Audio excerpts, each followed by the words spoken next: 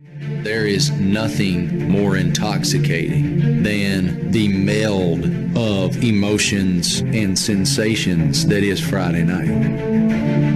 Friday night is the sound of that crowd, the pride of that community, the way that that grass smells. I've never felt in my adult life the way that I felt on Friday nights. That's what those kids are playing for. They're playing for that emotion. They're playing for that brotherhood and all of that sensory input that comes from Friday night. Welcome back to another episode of Friday Night Addiction. Actually, the first episode of the 2025 year of Friday Night Addiction. We've been off on our coaching hiatus since last August. Jerry and I both went back into coaching different levels, so we're back, full time in as coaches, and so that took all of our time and all of our attention away. But we're ready to kick off the off season here. Now we're in the midst of attending clinics and all those sorts of things that you do as a coach to try to get better, and I hope you're doing those things. I know I spend a lot of time in the off season doing as much of it as I can. I just came back a couple weeks ago from the AFCA Coaches Convention, and I'm gonna head to a couple Glazier clinics, and I'll also be out some spring practices coming up in the next couple months at some college places to some other college places to figure out what other people do, because that's how you learn. You can watch videos, you can watch all the YouTube clips and teaching videos you want, but it's good to be out in front of other coaches and on the field and watching them teach and in their rooms, listening to how they break things down, because you can always learn something. So I hope you're doing that. Hope that your 2024 season was great. And when I say great, I know everybody didn't win a state championship, right? That's always the goal, but it's not realistic. But you gotta find different ways to have successful seasons. And did you get better? Did your young men get better? Did your program get better? Did you see better coaching from your assistants? Did you notice growth in the program, not just on the football field, but off of it in the classroom, how your guys interact in the school? Did your booster club support you better? Right? Those are ways to have a great season as well. And I hope that you saw progress. And if you didn't see progress, I hope you were doing everything in your power now to affect change and affect some progress to make sure you go into 2025 and leveling up from where you were last year. Because it's a huge key to building a program. And if you built a program already, to staying on top, right, is to constantly be getting better, constantly look at ways to improve. So I do that as a coach. I did that when I was a head coach, and I do that now as an assistant coach. And it's what you have to do. You spend these months. These are the grind time months. You spend these months preparing and questioning and finding answers to questions you may have had last August through November, and finding different ways to do stuff. So anyway, like I said, welcome back. We're happy to be back, Jerry. Great fall season for you as well. Oh, it was phenomenal getting back into coaching. You said something very interesting to me before I started getting back into it, and you talked about how much you missed it. And the thing that I'll never forget you said is, I miss the stuff I hated. Which is, it was very true. It was like, things I didn't really enjoy about coaching, I missed that. And having a chance to coach at Enon this past year. That's my church's youth football team. We were 13U, didn't have the greatest season, but we did make the playoffs. And it was just a great way to get back into it. And now I'm the offensive line coach over at Cheltenham High School, just north of Philadelphia, and had a chance to meet a bunch of the players there. And we've already got a Division I prospect on the offensive line who I'm really looking forward to coaching. Actually, I think I got two D1 prospects, which is excellent. And I'm really looking forward to working with these guys. And I'm back in coaching. And, you don't realize how much you miss it when you take that break. Like at first you're kind of happy because the hours you put in and all that. In a way you kind of get your life back, but then when you take the time off, you're like, I really do enjoy it. I really did miss it, and it's just great to be back. Yeah. No, I get it. And you're right. I did say that, and I found myself this fall at times feeling grateful that I had some of those problems again. Just, no matter what you do in life, no matter where you work, you're going to have problems, right? You're going to have issues. You can't run from them. They're going to be everywhere, right? And, even in something as passionate as football, right, as when you're a coach like we are, and you're passionate about it, there's problems, there's things. And the number one thing that I used to get frustrated with, especially as a head coach, was just the amount of excuses that I got on a daily basis. Oh, yeah. Sometimes I would count them up, right? Sometimes I would take a random Tuesday, and I would count up how many times today I got some sort of excuse, either through face-to-face conversation, text, phone conversation, email, and and again, it wasn't just kids, right? It would be parents, it'd be booster club people, it'd be my high school administration or the district administration. It would be the huddle video guy telling me we can't. Like, I just counted them up. I counted up one time, and I think I did it on a random Tuesday or Wednesday, Jerry. One time. This is my last year as a head high school coach.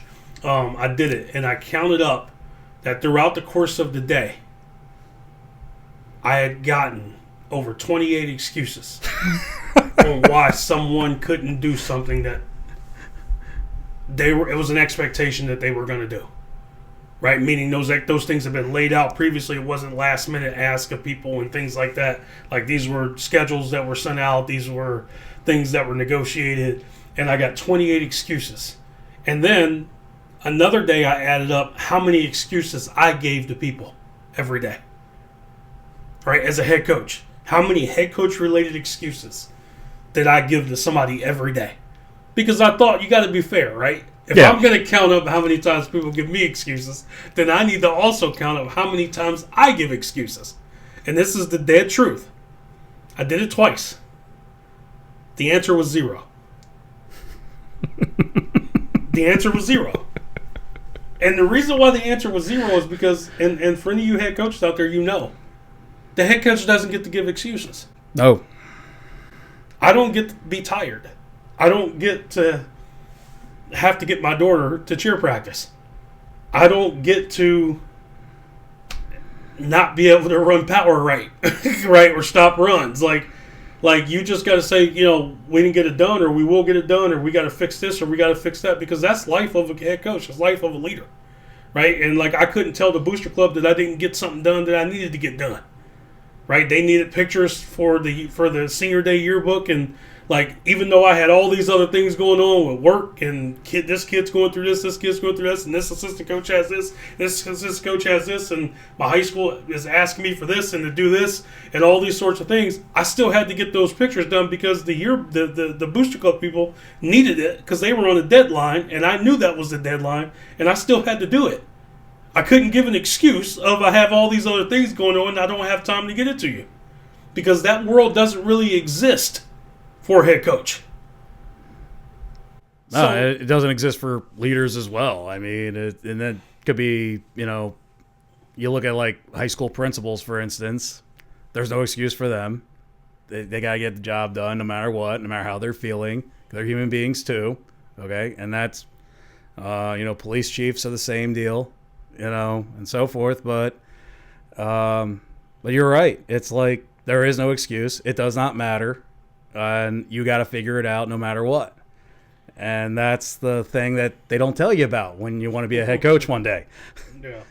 It seems cool, but, Ryan Day's on top of the world right now, but, with Ohio State winning the national title and all, but... Go Bucks. Go Bucks. OH. IO. So, but a lot of people are going to forget that, hey, we were asking for him to resign after the Michigan loss, right? People are going after him, his family, and all that, and which that's another topic and all. But your job.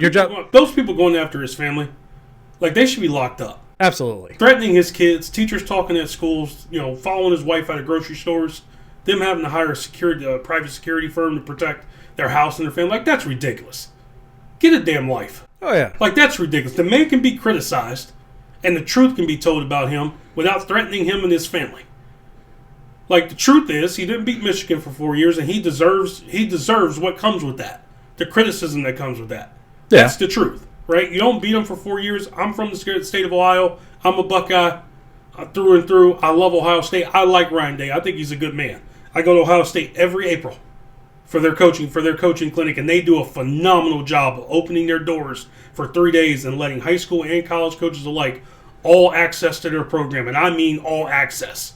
They let you stand in the drills. You go in the meeting rooms. You watch the film with them. They eat with you. Like, it is all access. You get spring practice. You get the chance to be in the stadium for spring practice and the spring game and standing next to the players and kids. And again, that's not so much important. Those may be important for fans, but for a coach standpoint, to be able to stand there next to Jim Knowles and listen to why he called something on defense or why he's doing this, or Chip Kelly, and why they're motioning to identify coverages and how he's trying to do this. Like, that is invaluable experience for any coach at any level. And honestly, Ryan Day did that, because I went to those same things under Urban Meyer. He didn't get that kind of access.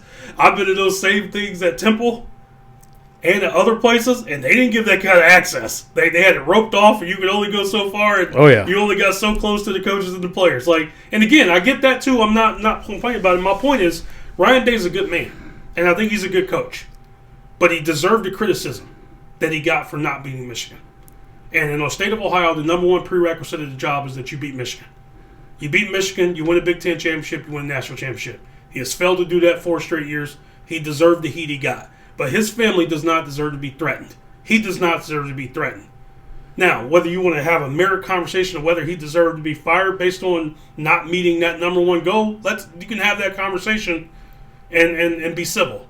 But following his kids, his wife at the grocery store, and even teachers talking shit to his kids in school, like, that's way too far. Like, you're way too far. You're losers. Like, and that he doesn't deserve that, and his family doesn't deserve that. I'm happy for him. I'm happy for the program and the people of Ohio, that they got it done, that we finally, after 10 years, crossed that finish line again. I know what it means to the state because I'm from there. I know what it means to me. I know what it means to my father, right? Like, it's Ohio State, and in Ohio, if you're from there, you get it, and if you're not from there, maybe you don't. And I know all these people are now like, oh, he won the national championship. The Michigan game doesn't matter. No, that's not true. No. If you're saying that, 9 times out of 10, you're not from Ohio. No. But nonetheless, happy for them, happy for the program. Sorry, Jerry, to interrupt you. I had to talk about that. No, it's okay. And it's just, there is kind of like that dark side to being a head coach that nobody really ever talks about. It's the stuff, the hours, the sacrifices you make. Like right now, you feel like you're on top of the world right now if you're a guy like Ryan Day or anywhere else really, for that matter. But there's a lot of stuff that comes with being a head coach that you don't realize until you're in the thick of it. So if I took one day, Jerry, and I counted up the amount of excuses I got as a head high school football coach, and I came up with 28 in one day on a random Tuesday or Wednesday, how many did Ryan Day get? Oh my God. How many does Ryan Day get every day? Dude, he probably gets at least 50 to 55 excuses every single day. Right? I would say so. Like, he's got way more resources, and money's not, they print money, right? At Ohio Right. State and things like that. So it's not apples to apples, but he probably still gets hit all day long with excuses. Oh, yeah. Right? Of why somebody can't do something, why this kid can't practice, or why this kid didn't do well in class, or they want more NIL money, or they're not happy about their NCAA rating or NCAA football. That's a real thing. That is a real thing. At the AFCA convention, Charles Huff had a great speech about dealing with kids at Marshall last year with their rating, with their NCAA football ratings. It's hilarious. But nonetheless, I digress. Yeah. Right? So when you think about the amount of excuses that you get, I found myself this fall even being grateful for some of those excuses. Right? Kids that claim they couldn't practice, and they didn't go to class and get this done, or they didn't get the treatment in time, and they missed appointment for this or appointment for that, or missed a bus for our away game or Oh whatever. my God. Like, I found myself giggling a little bit to myself, going like, "This is the stuff you missed, right?" Like, Yeah. But I did, and that's just how great football is. And when you're passionate about it, it's how much you love it. Or in case of one game, you had to go get pretzels at the Philly Pretzel Factory so that The concession stand could be. Yeah. Yeah, that's. Oh yeah. By the way, Division III football. You're also responsible for the concession stand too. Yes, you To are. help build the program. Yes, you are. So Nobody talks about it. yeah, nobody talks about And that. parking D3. and game day security and all those. Oh God. Anyway, so we want to get started, right? So welcome back again. Apologize that it's been 5-6 months of the episode, but as you can hear, Jerry and I have been busy. Looking forward to kicking off the off season and getting into some. We'll get into some deep high school content after this, but there's so much stuff to get to, and all these things, all these topics that we're going to talk about today, they affect high school football, and I'm going to tie it all together in each individual kind of conversation. Then at the end, we'll put it all together. But all these things affect high school football and high school football recruiting and things like that. So I want to talk about them kind of at large, and maybe small pods of conversation, and then talk about it at large at the end. So the first thing is this, and this is very, very interesting.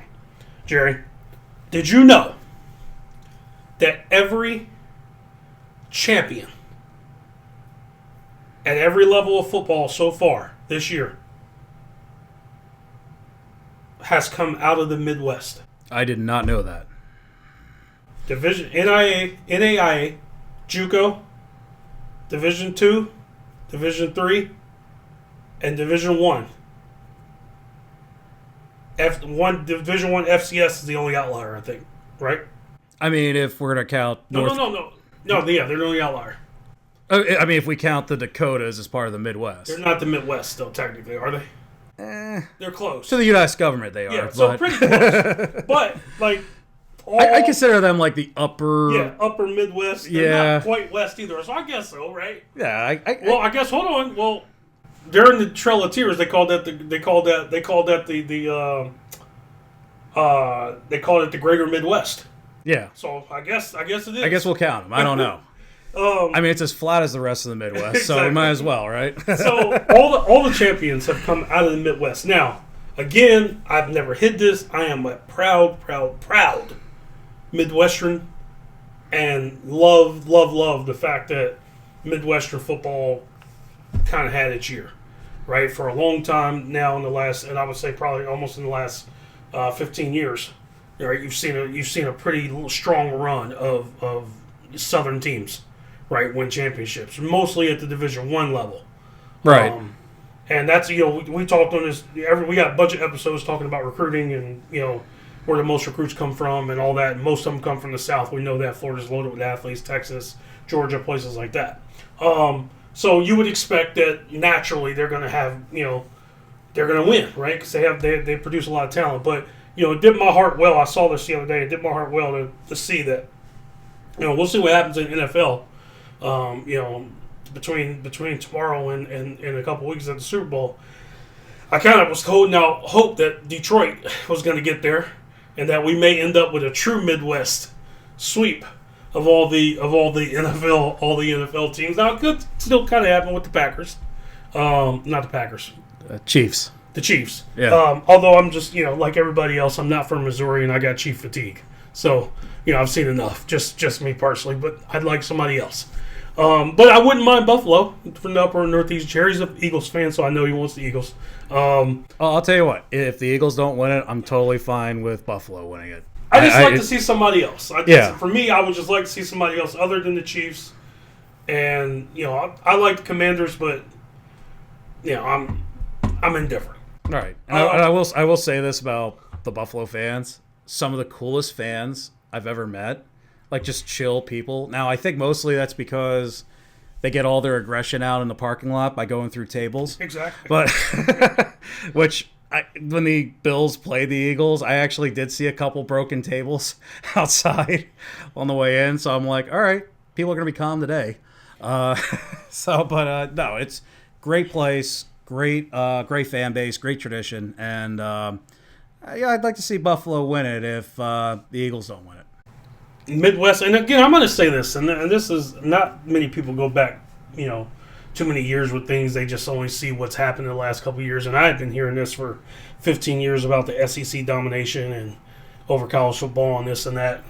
What people don't understand is that they're right, and it started with Nick Saban at LSU, and really it took off with Urban Meyer at Florida, And then Nick, went to Alabama during that time as well. And then, obviously what he did is on a whole other level. And then you had Auburn in between there, and then Kirby Smart in Georgia. And, so the SEC certainly has had its run. Southern teams have had their runs.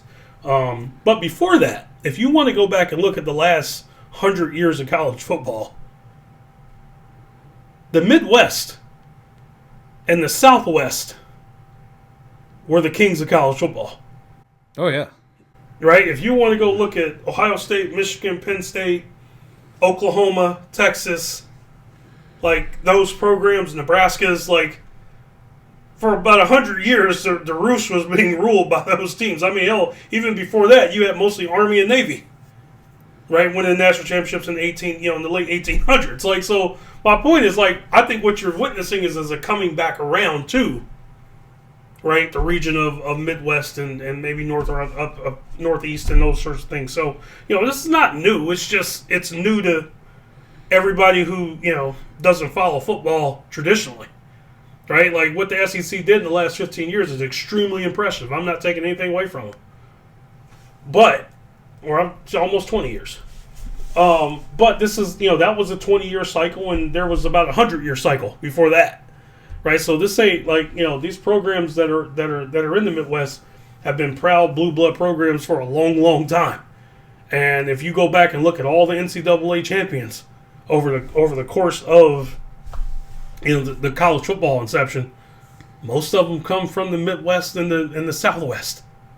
It wasn't the SEC, and a lot of that, and if we're going to be completely honest, a lot of that had to do with desegregation.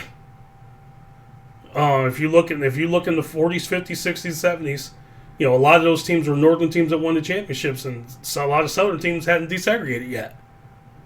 So those kids from the South were coming north to play football because they could get on teams in the north and they couldn't get on in the South.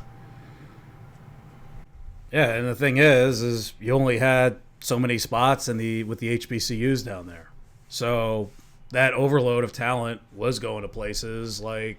Going to Ohio State, I think like when I think like that first round of desegregation, it was actually Michigan State who really got that thing going. Then you got USC who desegregated very early too. It's crazy to think that it took until USC going to Alabama and winning very handily, and I think it was like 1969 for them to finally say, okay, we're now going to start having black players on our varsity roster. It's crazy. It's unfathomable in today's world how that used to be, but it just shows you these programs in the Midwest were way ahead of their time and embraced the change, and so far and now we're starting to see the SEC kind of have that comeback over the last 20 years. But before then, it was the Big Ten, it was the Pac-10, with all that, and now that we're starting to see that come back around here. Well, I think one of the reasons that we're seeing a change in college football, and I don't think it's an accident that most of the champions came from the Midwest, and I don't think it's an accident when you looked at the college football playoff and you saw like 3 or 4 northern teams in the playoff. Penn State, Notre Dame, Ohio State, and Indiana, and them being in the playoffs. So I don't think that was an accident, and I think what's happening too as a result of NIL. Right? Just gonna say it. SEC people don't like it, but I don't care. You guys have been playing players. You guys have been paying players for years. They have. Right? Before NIL. You found different ways to do it, truncated ways to do it, like, through boosters, through whatever. Like, sometimes you got caught, but most of the time you didn't. You guys have been paying players for years. For decades. I'm not saying no northern teams have been playing players, but what we know for sure is that they weren't paying at the rate that you were getting if you went down south.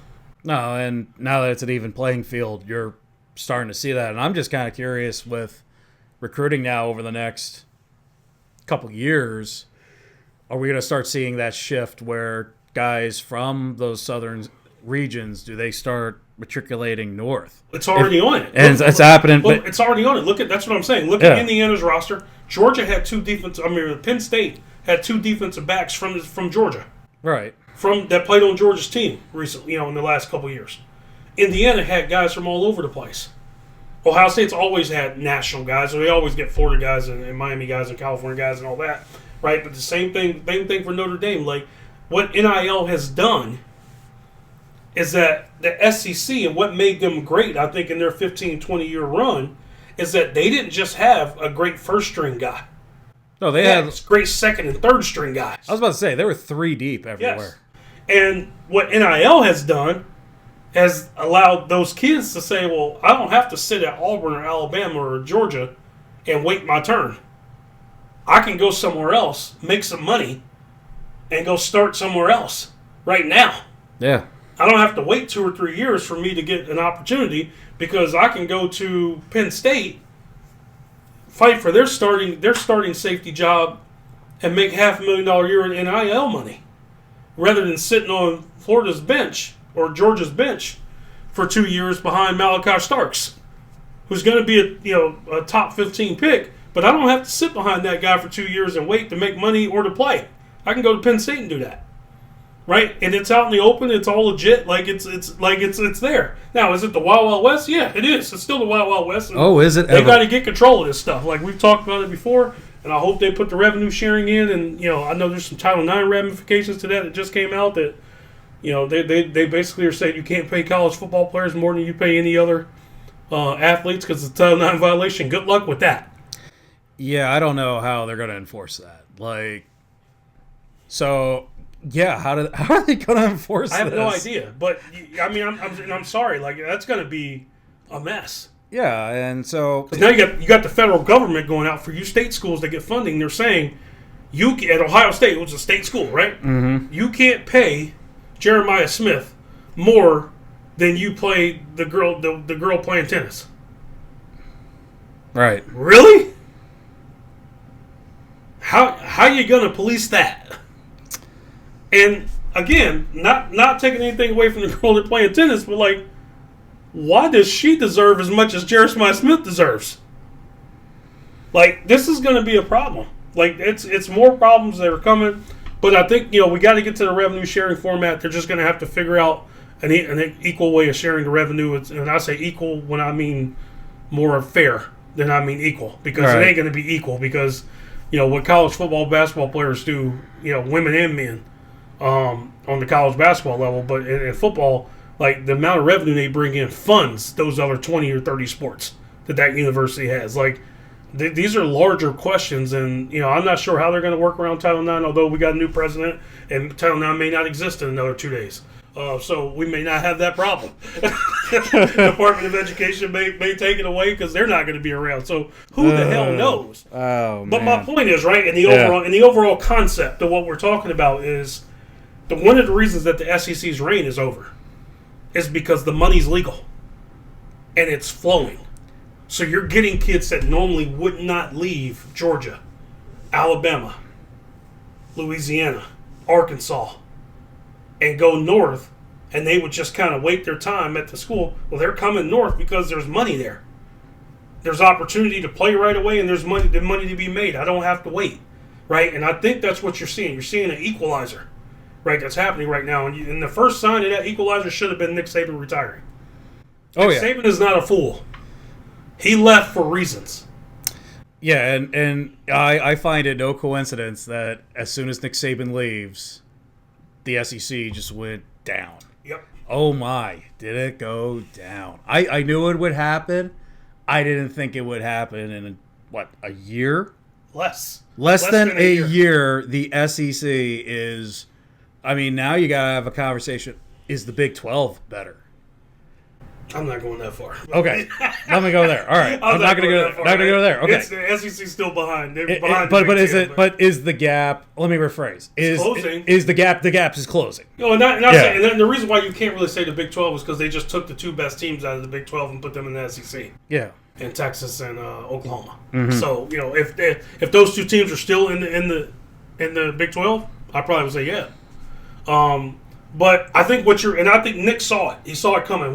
He got out because of selfishness, and all kids want to talk about was NIL money and hitting the transfer portal. You can't coach kids hard. All those things are very real. And as a coach, I could talk to you for hours about it. But I'm going to live on the surface here, right, for the sake of for this conversation, and say the real problem is, or not the real problem, but the real change is that you don't have the depth that you used to have because these kids, the world is now open to them.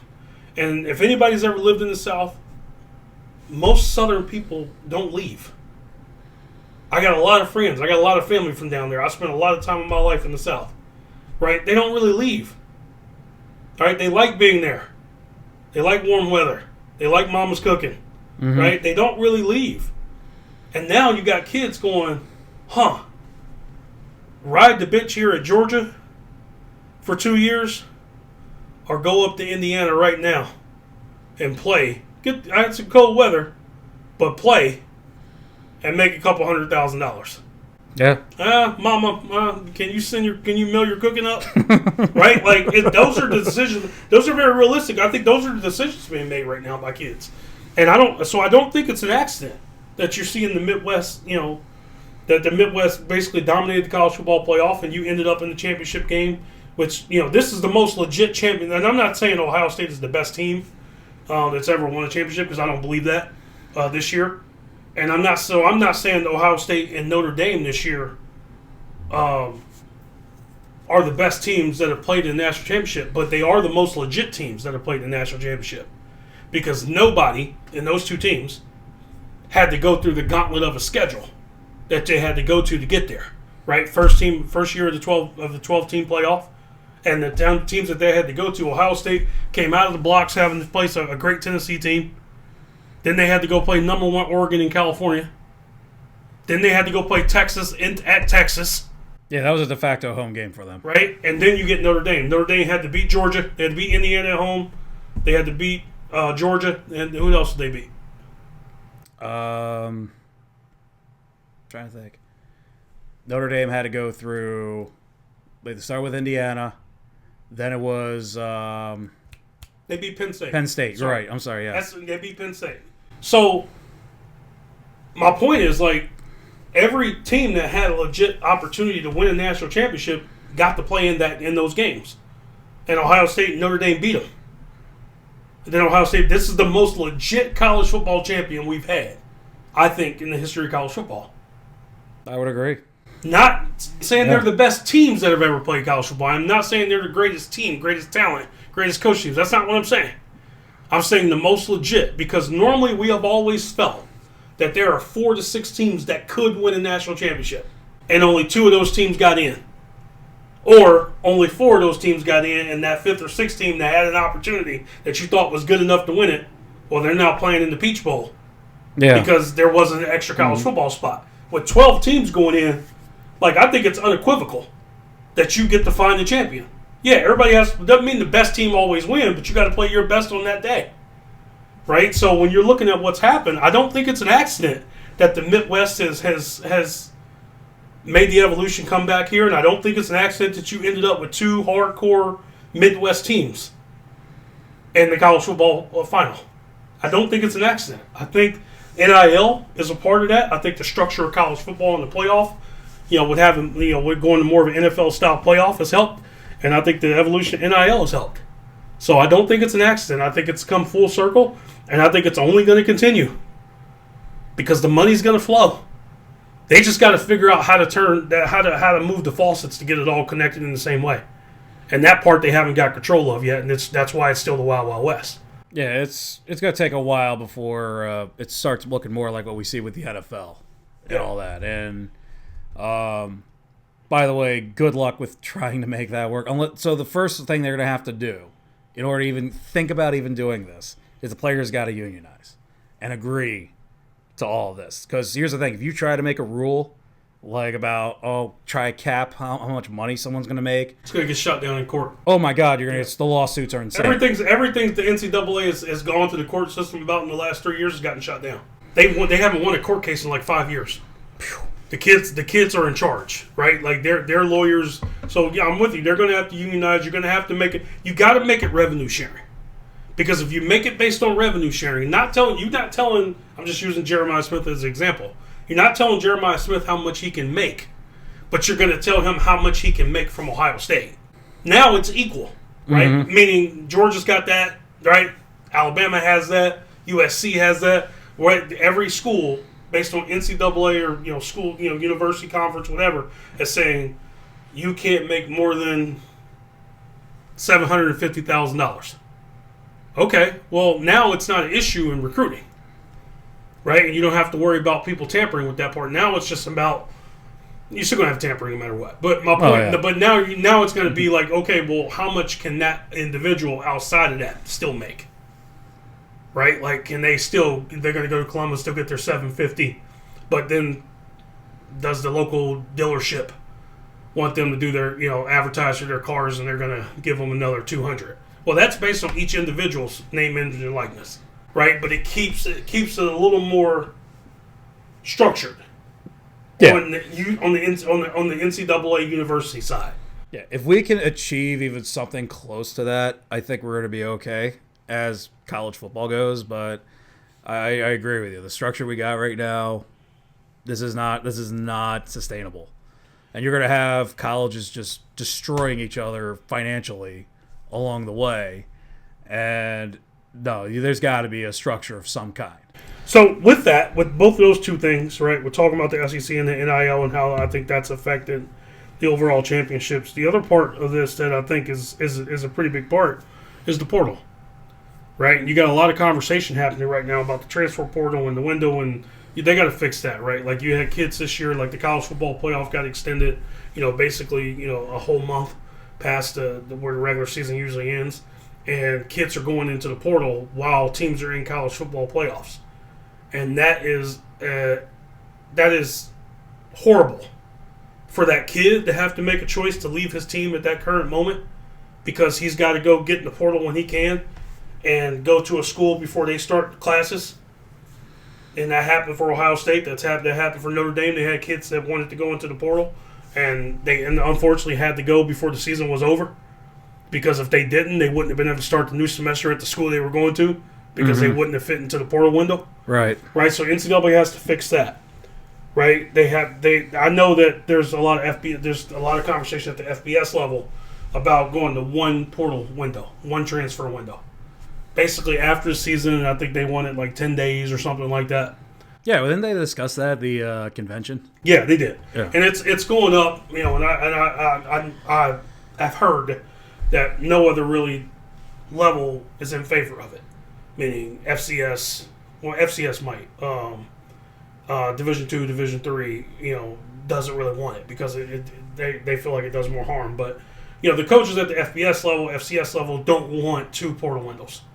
They don't want the one after. They don't want the one after season and the one after spring. They'd rather have it right after the season. Everybody get out and go if you're going to go then. I'm not sure where I stand on that. I don't love it. Honestly, I think I probably like the spring one better. I think that's probably where we're going to be headed eventually is after spring semester, then you do it. But then you kind of run into another problem where, now you're transferring to a school, you haven't had spring ball. Yeah. You haven't had that. So now if you're going to do that, do you think NCAA then makes like an exception where they extend camp potentially because of that, or I don't know that would be interesting to see how they solve that problem. But I do agree having that at the spring versus you making this decision in December while your team's in the playoffs, you're putting that kid in an impossible situation there. Well, and the thing it's doing, and I say that because of this. If I was just doing what I thought was best for high school football, and that's this show is mostly about high school football and how these things all connect, then I would say you got to have it right after the season. The problem is that screws up the teams in the playoffs and playing in bowl games. You saw I think this outside of the playoffs are great; they were phenomenal. Oh yeah, this was a home run. But these were the worst bowl games I'd ever watched. Right? Like Marshall couldn't even play in the damn bowl game because all their players opted out because they let their coach go. Right? Like the bowl games were horrible. And they've been deteriorating over time because kids have been opting out of them. But now teams are completely depleted because so many kids are leaving and going to the portal right after the season, they can't even compete in a bowl game. So if I was doing what was best for that product, then I would say just make it one window after the spring. If I'm doing what's best for high school recruiting and I'm leaning toward the side of high school recruiting, you got to do it right after the season, right? Because what it's doing, the trickle-down effect that it's having on high school athletes and the lack of scholarship options is greater. You need to know those numbers. If you know those numbers in late November, early December, then it changes how many high school kids get recruited. If you don't know those numbers until spring, those numbers didn't help so much the class of 2025 in late April, early May of the spring. Right, and that kind of actually bleeds into another thing we're gonna try and talk about a little bit here, and that is red shirts. They're a thing of the past now, which is kind of crazy. Well, nobody wants them, right? Well, now I don't say nobody wants them, but some people want them. There's a proposal going on right now where, as a line coach, I want them. Yeah, well, all offensive line coaches want them. 'Cause most kids that's the one position in college football most kids are not ready to play their freshman year. But you got this proposal going around about one blanket. Get rid of the red shirt. Yeah, they got rid of the gray shirts a long time ago. But get rid of the medical stuff, all that, and give every kid a blanket 5 years to play college football. That's a proposal that's going around right now. Yeah, I'm mixed on this one because now all of a sudden you still do need that medical red shirt because things happen and you never know. I knew players that really benefited from having that medical red shirt. So just to give them a blanket 5 years, I don't like it.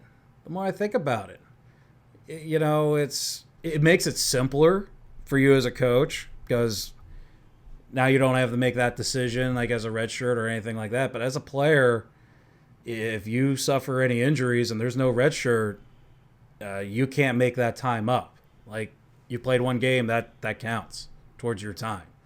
So if they could manage to keep the medical red shirt and just get rid of the red shirt the way it is now, I'd be in favor of that. But just having a blanket 5 years, I'm not a big fan of that. I think you do need to have some exemptions for medical on that. That's just me on that. Yeah, I'm with you, and I think I'm leaning that direction. The issue I have, I hate right now that we got kids 24, 25, 26 playing college football. I hate it. Right, and that's again this was the last of the COVID kids, so that mostly get cleared up. But it's not because I got anything against those kids. But the way I look at it is that it's robbing opportunities of high school kids. There's less roster spots or less scholarships because you have so many kids that have kept their 5th and 6th year in medical red shirt and their COVID red shirt and graduate student, right? Like they've been able to get through with those loopholes that. Now, instead of a recruiting class for a Division I program being 28 to 30 kids, it's like 22 kids. That's 6 to 8 spots that high school kids aren't getting. Like that's for me. Like I've watched that the last 3-4 years, and like that's bothered me. It's bothered me a lot, and I'm always gonna want to do what's best because I think the game is better. I think college football is better. When kids are coming from high school into college and getting opportunities and you watch kids grow and develop because who a kid is as junior or senior year may not be exactly who they're going to be by the time they're a sophomore in college, right? And I think we're getting the good news that what I do think is happening as a result is I think Division IIs and Division IIIs are winning. Oh, they are. Right, because there are kids at Division II and Division III level that honestly 20 years ago would not have been there. Right, I mean kids that could play legit college Division I football at an FCS program or low FBS program, and they are at D2s and D3s right now. more of them over the last 4 or 5 years than there ever been in our history. So, like, if you watch Mount Union versus North Central in the championship game, and you saw North Central's offensive line, almost every one of those guys was a Division I recruit, transfer, or whatever. Yeah, Division I bounce back or something like that. Yeah, it was. So, like, it trickled down. So that part I enjoyed, but I'm also saying, like, how many high school kids are we giving high school kids the most benefit of the doubt coming out of high school to get to the level they belong to immediately? Yeah, and the thing is also, it just got so much harder now if you're a high school athlete trying to break in. And it's more now coaches are going to look at you and say, what's wrong with you? Yeah. Instead of, going through the process like, okay, player A, they're good at this, this, and this, but they need to improve on that. That's fine. We got 4 years with them. We'll work on that. But you better be the complete package by the time you're a senior. And that's putting a lot of pressure on you as a high schooler. And the problem is also, guys don't stop developing sometimes until they do hit their 20s in some cases. So it just makes it so much harder now if you're a high school athlete to get a scholarship in general, because also a thing with the portal, you're competing against that Division II guy that really should be a Division I guy. Yes. And they're going, you're looking at, let's say you're Penn State, I'm going to look at the leading receiver from, the PSAC. I'm going to take a look at that guy before I take a look at a guy from Cheltenham. That's just the way it is. Yeah. All right. And if I can't get that guy from the PSAC, okay, then I'll look at the guy from Cheltenham. And that's just it's just, again, it tells you how much harder it's hard enough to get a D1 scholarship. Yeah. It is so hard. There's only so many spots. It's hard to get a D2 scholarship. It is. It is remarkable. We know Division IIIs don't give out scholarships. It is hard to get a D2 and a D1 scholarship. Yeah, and it's just with all these rules, it is so much harder now in high school to get that. And you better, like, that's why, like, it's imperative to you as a high school athlete. If you think you're doing enough right now to earn a scholarship, you're not doing enough. You're not there yet. Yeah. And you got to make sure that, like, that coach needs to make sure, like, you got to be ready, like, within a year or two to play. Okay? That's how good you got to be. All right? And that just it's just more pressure now on you as a high school athlete now to get there. And that's something that we as a coaching staff, we know that. And we got to develop these kids sooner and get that in their mindset. If you want to be D1, there better be nothing wrong with you before they offer you. Well, I'm not ready to make a declaration on where I stand on the 5-year eligibility proposal. But I will say this. There's also something that's happened in the last year where the NCAA has limited the number of roster spots at the Division I FBS level and FCS level. Now, if you understand those levels, 85 scholarships at Division 1A, FBS, 65 full scholarships at FCS Division 1. FBS teams carry usually about 100 kids on their roster. FCS teams carry a little under 100, about 95. That means at the FCS level, there's about 30 kids that are walk-ons on that roster. At the FBS level, there's 15, 20 kids that are walk-ons. Those walk-ons now no longer have spots starting in 2025 because the NCAA has said your roster is now scholarship players only. Now, I think there's some still back and forth about that. It may not be a done deal from what I understand, but that's what's happening right now. If that stays true, Jerry, and you're saying no more walk-ons at the FCS, FBS level, then I'm okay with the 5-year eligibility proposal. Why do I say that? Because now those walk-ons, about 7 or 8 of those 30 on the FCS team, about 4 or 5 of those 15, 20 on the FBS team those are Division II caliber players. Some of them are FCS caliber players. And you know where they're going to end up at? If they can't be a walk-on at Michigan, at Alabama, at Florida, where they going to go, Jerry? They're going to go to FCS or Division II. Well, no, they can't go to FCS. Oh, that's right. No, I'm sorry. I misread that. They're going D2s, D3s. Yeah. Which now makes the product of D2 and Division III better. As good as it's been the last couple of years, and I've said I think they've had as much talent the last couple of years as they've ever had because of all the COVID and the extra years that all these people have gotten at the FBS, FCS levels. But now what's going to happen is if they stay with this, you can't have walk-ons at Ohio State or Florida State or Cal or wherever or at the FCS level. These kids are now going to take scholarship opportunities with D2s. And as we talked about, as hard as it is to get a scholarship at D2s, a lot of those D2 kids are like D1 kids. Those kids are going to end up at Division IIIs. It's a trickle-down effect. Oh, it is. And I think it's going to improve. I think it's going to have a negative effect on FBS and FCS, which is why those coaches are fighting so hard to keep the walk-ons. I'll get to that in a second. But it's going to be great for D2 and D3, and here's why. Their rosters improve dramatically, right, with those caliber kids, right? And they can still bring in the same number of high school kids they would bring in. That's not going to change for them. Maybe D2s a little bit, but not D3s at all. Yeah, because there is no roster limit in Division III. Mostly you can have as many as you have helmets. Well, let me rephrase. If you are a state school in Division III, you have a roster limit. But if you're private, you can bring in as many as you want. And most Division IIIs are not state schools; they're usually private. Yeah. By the way, it's only a few of them. Anyway, right? So I love what it's going to do for D2 and D3. I absolutely love it, and it's not costing high school players. That would be a Division II or Division III player mostly. So I'm okay with it because it doesn't hurt high school recruiting. Does it hurt college recruiting? Does it hurt FBS, FCS? No. You know where it hurts at? Where?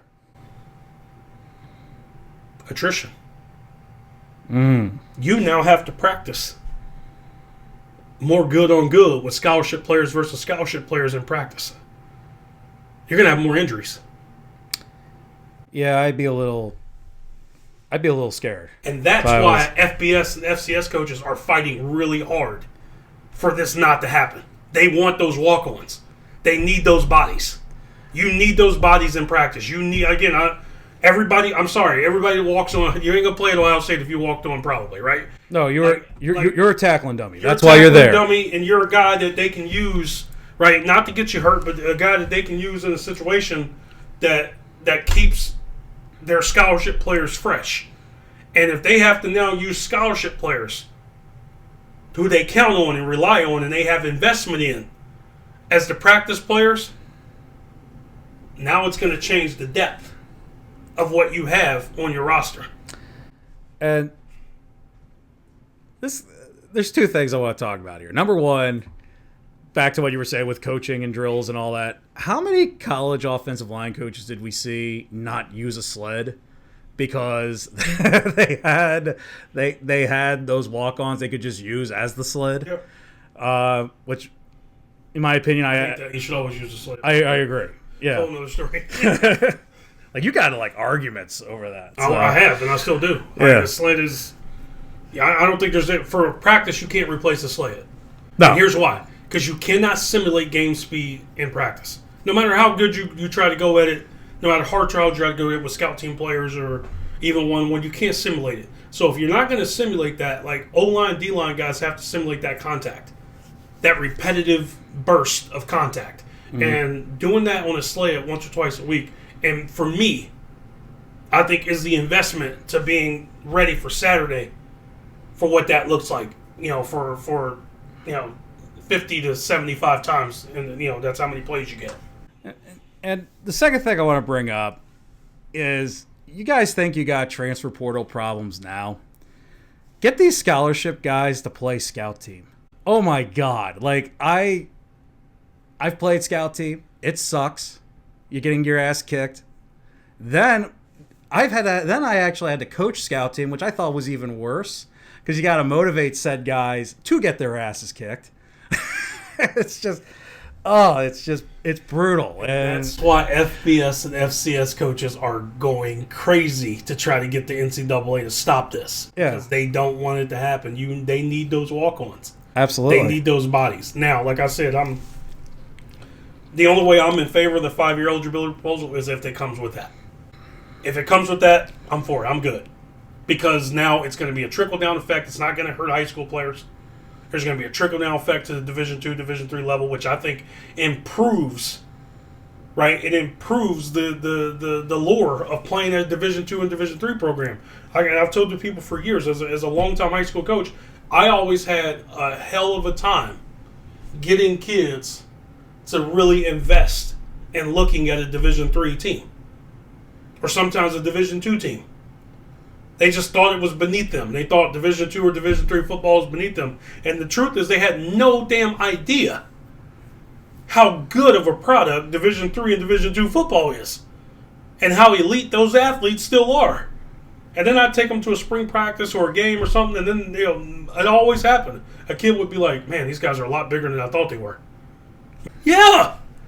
Because they're still elite athletes. Right? Just because you don't see them on TV every day playing at Penn State doesn't mean they're not elite athletes. Right? And parents and kids aren't realistic. They don't have that. But if you put more of those players at the Division II and Division III levels, and you start seeing more Division II and Division III kids get drafted, you're going to start to see more and more high school kids going, I'll go play D3. I mean, Mount Union's the only school I think D3 kids run to, right? Over the last 20, 25 years, right? Maybe North Central now and, Hobart and a couple other places. But I just think it advances. I think it advances the levels, which advances which expands the mind of the thought process for the kid and the parent. And so I'm for it as long as it doesn't hurt high school kids getting opportunities. I'm for it. So if it comes, that 5-year comes with the no walk-on thing, I'm good with the 5-year thing. If it doesn't, then I'm not okay with the 5-year thing. Because like you, now there's too many other variables involved in why a kid would need another year outside of 5 years. So that's it on the scholarship. I think we want to talk about JUCO for a minute. Now this could actually hurt high school kids because the JUCO decision. This is insane. So before this rule, if you play 2 years of JUCO, that counted towards your eligibility in the NCAA, all right? Mm-hmm. Or NAIA. So 2 years or 1 year or whatever, okay? Now there is a rule that, and I think it passed. If you go to JUCO for 2 years, does not affect your eligibility. So you could, in theory, play college football if this 5-year thing goes through 7 years. Correct. Oh my goodness! The kid at Vanderbilt, the quarterback at Vanderbilt, Diego Pavia. Yeah, it's crazy how he gets this thing going, and now he's going into his 6th or 7th year. I think this is year 7. Yeah. I mean, you know that joke in Animal House where Bluto's on the couch going 7 years of college, what a waste. It's like it's just thinking like, wait, I could go to college for 7 years and not even get a doctorate. That's kind of crazy. That I don't know. And people go to JUCO for. I think if you do that, then I think you're incentivizing. And there's always exceptions, right? There are kids that just whatever life happened in high school and things didn't go well. Maybe they had bad family situations, maybe socioeconomics, maybe whatever, right? There's always those things, and there's outliers, but. I think if you do that and you're doing what they're doing with JUCOs, then you're incentivizing. Most kids are at JUCOs because of academic reasons. So if you got a kid in high school that's capable of playing FBS football or FCS football, but he can't go out of high school because he doesn't have the grades, so he's got to go do a year at JUCO. It used to be the trade-off was, okay, you get a chance to go to JUCO and fix it, right? And then if you do well, school athletically, then you get to go get the FCS or FBS, and you'll have a couple years left to do it. Well, now you're telling the kid there's no consequence for that. Now you're just going to go to JUCO, fix it, and then you go to FBS, and you get all the time that you need to become the player you want to be. What are we teaching kids then? I mean, in a way, you're really sheltering them because, you know, if you kind of sit down and think about it, college is like it's the last step before adulthood in some cases. For some who go into college, you're starting to learn how to be an adult. You're starting to learn how to live on your own a little bit. But I could not imagine living in a dorm room until I was 25, which is what we're looking like we're gonna see here potentially. So in a way, it's like you're not it giving kind out any NIL money at JUCOs, by the way. Oh no! Not that I know of. No, I mean you might get like a free hamburger from, or you might get a free breakfast from Waffle House or something like that. Actually, this is so bad the more I think about it. But the thing is like in a way you're kind of like stunning your growth as a human being in a way because you're in that college environment and you're always in the college environment and you never really leave it. And you look at that as this isn't like a time period really like college is 4 years. You have 4 years to figure it out. And after that, you're on your own. Now you're giving them 7 and that's a lot of time to be in that environment. And that's one thing I'm like a little concerned about is like you're so used to like being on a campus, you're so used to this certain lifestyle. How do you leave it? You know what I'm saying? So that might be like I may be looking too much into it there. But the other thing that I kind of have a problem with this is also the opportunities you are robbing from high school on this. And the way I look now as a recruiter, I'm going to start looking more at JUCO than I am the high school ranks. All right. So now here's the thing. I now got 2 options before high school. I can go look at another college. I can look at JUCO. It's almost like you're looking at high school as like the last resort almost. And that's not good. Yeah. It should be the first choice. JUCO used to be kind of like last resort. Now it's almost looking like kind of like second resort or sometimes first resort. Yeah, I think overall I don't like it, and I don't like one. I told you I have an issue. I've struggled the last couple of years with 25, 26-year-olds staying on college football teams, and I think it stunts the growth of 18 through 20-year-olds. Can you imagine if when you were in college, you had 25-year-old men going up against an 18-year-old kid who just graduated? No, I mean more, but you know what though, Jerry? Even more importantly, it stunts the growth, right? You're trying to find yourself. You said it was when they become adults, right? Mm-hmm. Like you're trying to find yourself from 18 to 20, 21, 22. Like your voice can't really become your voice because you're in a locker room. If you're in a locker room with a half a dozen or a dozen guys that are 25, 26 years old, it's still kind of intimidating, right? Like I was intimidated with 22-year-olds. Yeah, I cannot imagine with 25. It's really difficult for kids those ages to find their voice when they're surrounded by kids that are 6, 7 years older than they are, and that are the leaders of the team just by because they've been there, right? Or they've been in college football for so long. Mm-hmm. So I'm not overall I'm not in favor of it, and I don't like the fact that you're basically not giving the kids incentive to do well academically in high school, right? A kid can now that used to be punishment to have to go to a JUCO for a year because it was like, okay, I made mistakes and I got to make up for those mistakes by going JUCO and fixing it. Yeah, I got to go to Independence, Kansas, where guys are shooting cows with tranquilizers in the middle of the field. So, that's my standpoint on that. Now I'll move on to our last topic because I think this is actually important and I want to tie it in.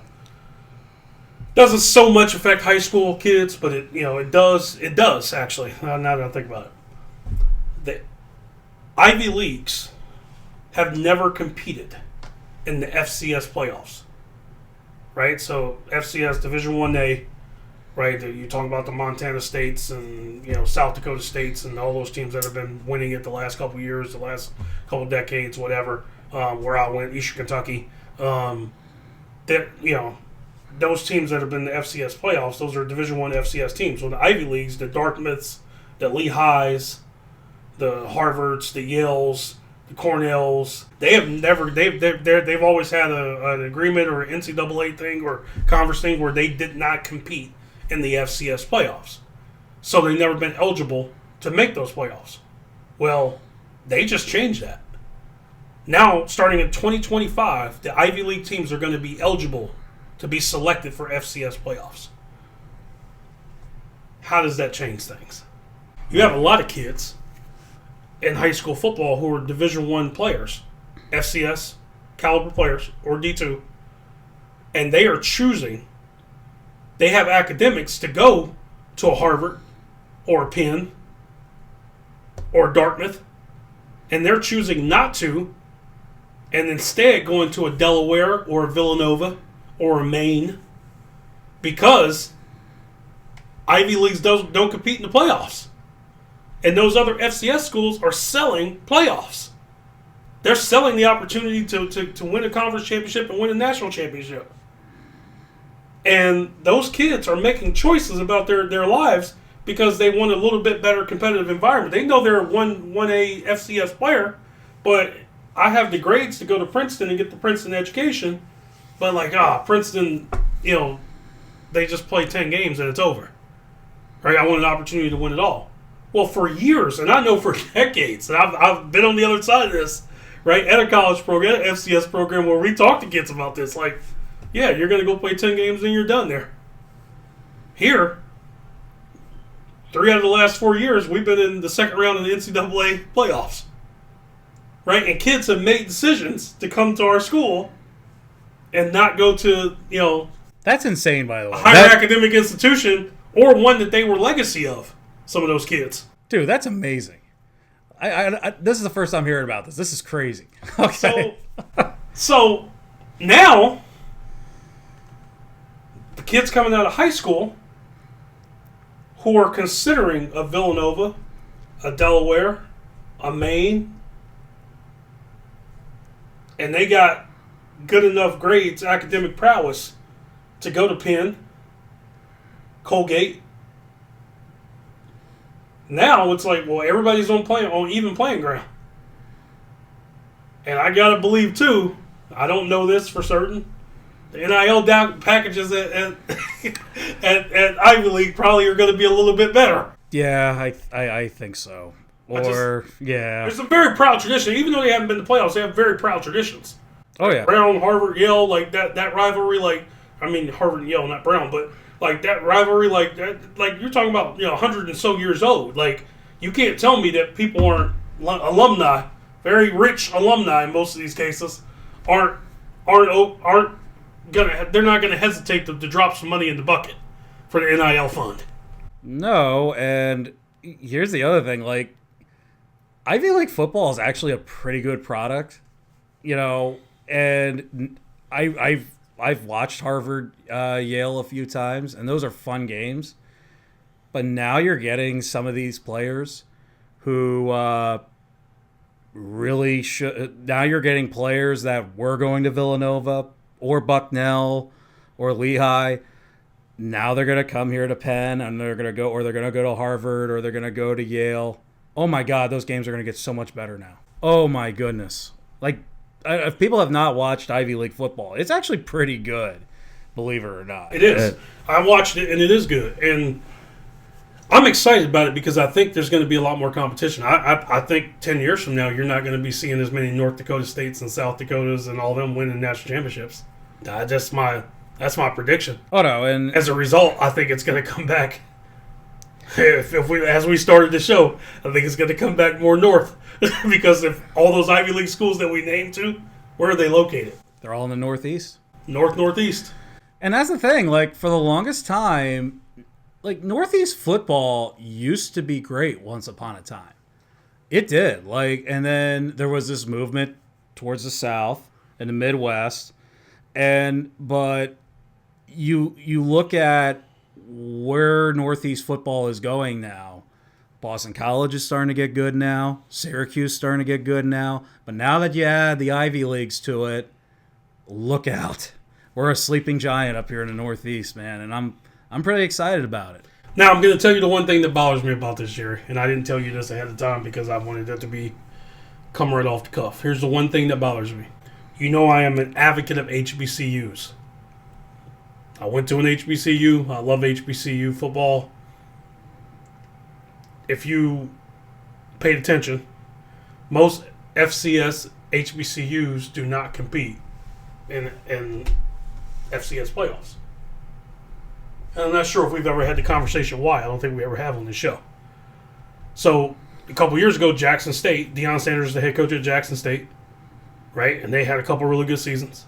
And they have what's called the Celebration Bowl, right, which is the HBCU National Championship. That's the end of their season. So if the two best teams, the best team from the SWAC and the best team from the MEAC, play in the Celebration Bowl in Atlanta, I think it's sponsored by Cricket Wireless. They do a great job with it. They give kids packages and like gifts, like they do at bowl games and things like that. And they put on a really good show, really great week. The bands do a great job, and it's like one big homecoming, right, in Atlanta for these two HBCU schools, and they get to play for the Celebration Bowl championship, which is the de facto HBCU national championship. But the reason they put that game in place is because those same schools, those FCS schools, as great as Grambling was back in the day, as great as Jackson State was, as great as A&M, Prairie View A&M was, or a Tennessee State, or a Delaware State at one time, they couldn't afford to go to the FCS playoffs because the NCAA doesn't foot that bill. Yeah, I remember you telling me that. And I also remember you telling me the beautiful thing about the Celebration Bowl in a way is this is kind of a middle finger to the NCAA. It is. That's really why they do it. Yeah, it is. It is a middle finger, but I would say this, though. Who's really losing, though? They are. And right, because you got two teams at the Celebration Bowl, and they get their moment, and that's great for those two teams, but there was probably 8 HBCU teams that had potential to make the playoffs. Yeah, and what would happen if they all got an opportunity on equal ground to go play against a South Dakota State or whoever else? What would happen? And the thing that gets me about that whole thing is, in Division II and Division III, the NCAA does help out with travel. They do that. If you're if a game is out of a certain range, it has to be out pretty far. I know. It's like I've done the math. 500 miles. Oh, really? Was it? Yeah, 500 miles, and you can. They'll help with hotel anyway, but 500 miles, you have to be over 500 miles in order to take a plane. This past year, Tennessee State went 9-3 and made it to the playoffs, and they went in because Tennessee State didn't join. They're in the Ohio Valley Conference. They're not in the MEAC or the SWAC, so they're not a part of that agreement. They're one of the HBCUs that aren't a part of that agreement, and they did go play in the playoffs, and they went to go play at, I don't know where they played, North Dakota State or South Dakota State. It was one of those, yeah. Montana or wherever they went to, Montana State. Yeah, it was somewhere really north. They did. Eddie George is the head coach there, and he shout out Philly, shout out Ohio State. He took his team and they went and played. They got beat, whatever. And I'm not saying HBCU teams will win it, but we've never known.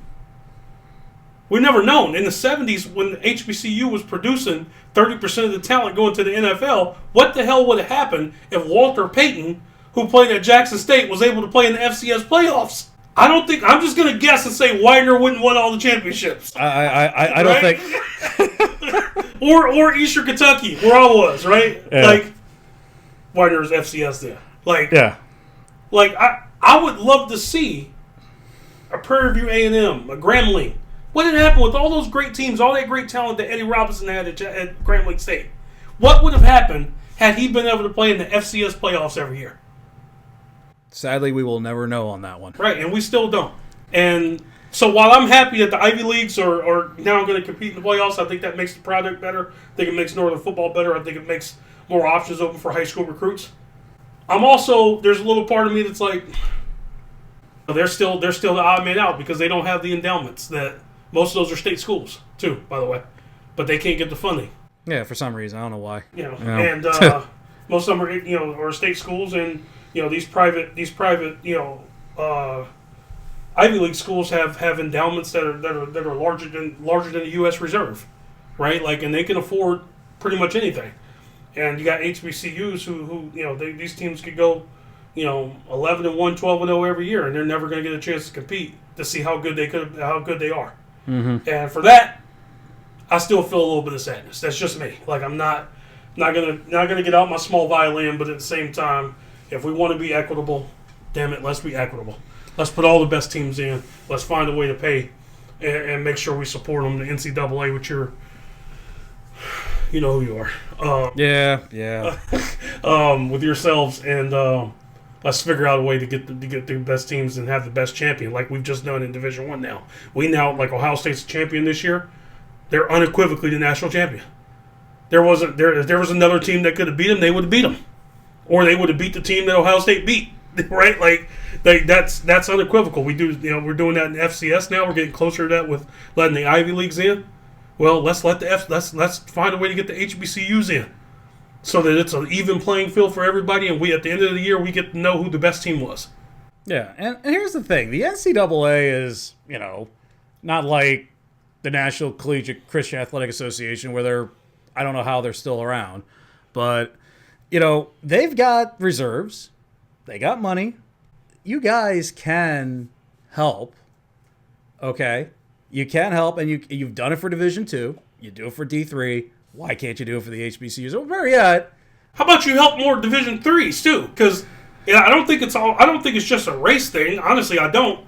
The NCAA, what the lack of support that they give to Division III schools financially. Oh, it's shocking. It's shocking.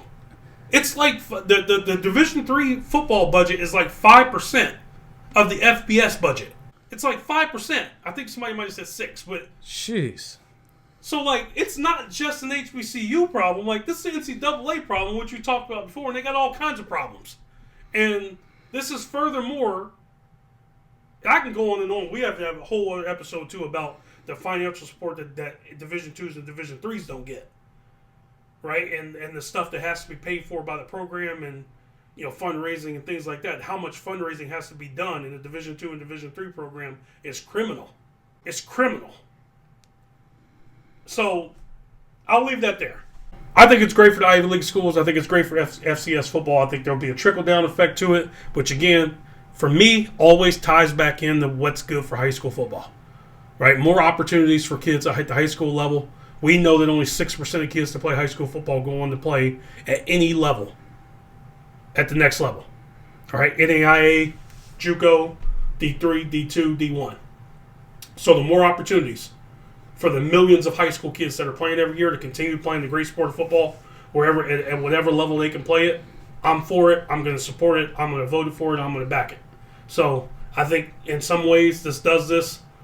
We'll see what happens with a couple of these rule adjustments that they're talking about now, and how the scholarship, how the walk-on stuff works out, and how the fifth year works out. And then at the end of the day, now you got to reassess and figure out, is it hurting or helping high school kids? And if it's not helping them, like, let's figure out a solution to help them. I agree. So, like I said, we are happy to be back. We'll be back at you next month with another episode, and we'll probably do a deeper dive into the past of the college football or the high school football season around the country. I thought for this one there was just so much content that we wanted to kind of talk about the broader scale of what's going on at the college level and how it affects at the high school level. Maybe now we'll get back into some nuts and bolts on states and regions and how the high school seasons went, and then also we'll have some after the February recruiting signing deadline. We've already had one signing day. You got another one coming up in February. We'll be able to kind of assess each state from a recruiting standpoint and what's happening there and things like that. So, as always, like the show, share it, be a friend, tell a friend, repost it, like us on Twitter, like us on Spotify, like us on YouTube. Share the show with other coaches. This is a show by coaches for coaches, just to talk ball, just to talk about all the things that only us would talk about at a party that nobody else would understand. Right? So, I hope you share it. I hope you like it. Hope if you're a high school coach out there, I hope you're learning as much as you possibly can right now. Getting to clinics, right? Getting to some tutorial stuff, right? Read as much as you can. Read different schemes, different philosophies, different leadership tactics. I'm doing a lot of that right now. I'm knee deep in it. So, keep doing it. Keep grinding. We'll see you guys next month.